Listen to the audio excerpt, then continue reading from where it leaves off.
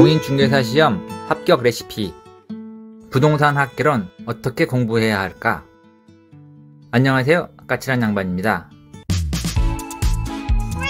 까칠한 양반. 공인중개사 시험에 대한 모든 유익한 정보를 전달해드리는 공인중개사 시험 합격 레시피 6번째 영상입니다. 오늘 소개할 정보는 공부 방법 2번째 영상으로 부동산 학개론 효율적이고 효과적으로 공부하는 방법입니다. 본격적인 시작에 앞서 구독과 좋아요를 눌러주시면 여러분의 합격에 도움을 드릴 영상을 만드는데 큰 힘이 됩니다. 꼭 눌러주세요. 부동산 학개론도 최소 70점은 목표로 잡고 공부를 하라고 말씀드리고 싶고 충분히 가능한 점수라고 생각합니다. 부동산 학개론은 크게 총론, 강론, 감정평가론으로 나뉘는데 시험은 주로 강론에서 75% 이상 나오고 그 중에서도 경제, 정책, 투자, 금융론에서 50%가량 나옵니다.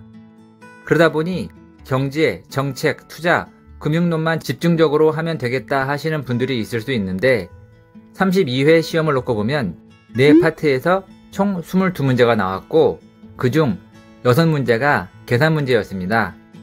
결국 이론 문제를 다 마친다 해도 16문제, 40점입니다.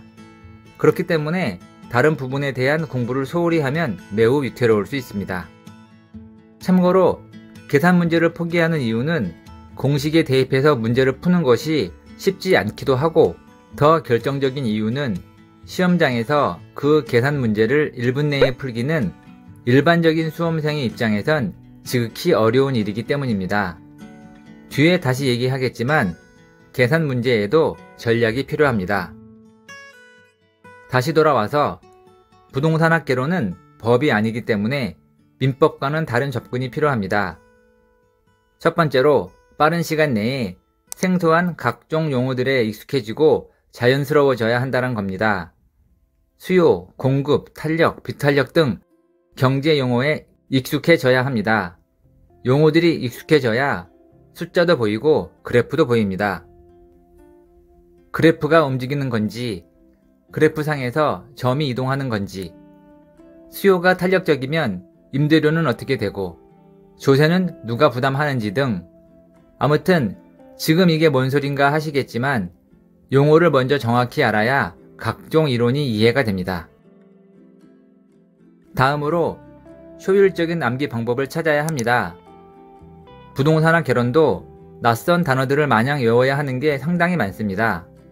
마냥 외워야 하다 보니 나중에는 뒤죽박죽 헛갈립니다.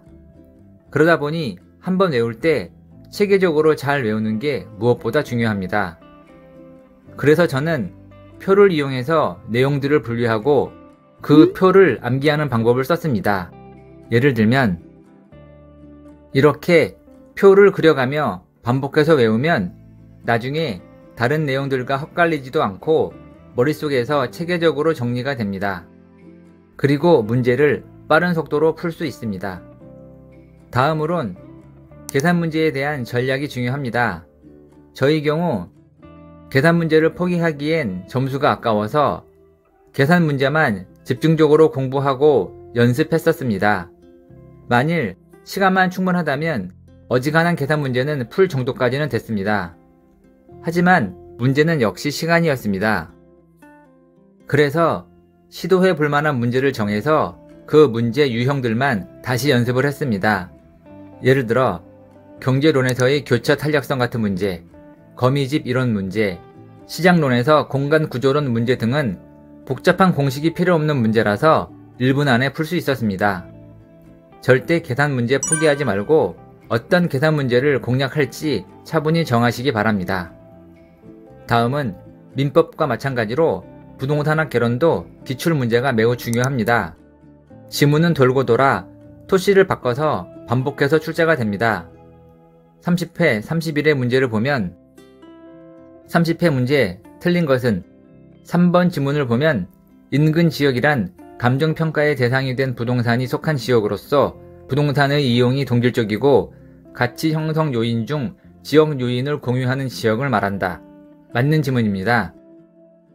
그리고 31회 1번 지문을 보면 인근 지역이란 감정평가의 대상이 된 부동산이 속하는 지역으로서 부동산의 이용이 동질적이고 가치 형성 요인 중 지역 요인을 공유하는 지역을 말한다. 앞의 지문과 동일하지요. 역시 맞는 지문입니다. 이런 식으로 동일하거나 유사한 지문은 엄청나게 많습니다. 그렇기 때문에 기출문제에서 나온 생소하거나 모르는 내용의 지문들을 모으고 오답 등을 각 단원에 첨부해 놓으면 나중에 이것저것 뒤적일 필요 없고 체계적으로 정리가 됩니다. 지금까지 부동산학 개론 공부 방법에 대해 설명드렸습니다. 부동산학 개론을 공부하는데 도움이 되길 바랍니다. 공인중개사 시험 합격 레시피는 정기적으로 꾸준히 업로드할 예정입니다. 많은 관심 부탁드립니다. 다음 영상에선 공인중개사법 공부 방법을 소개하겠습니다. 지금까지 까칠한 양반이었습니다.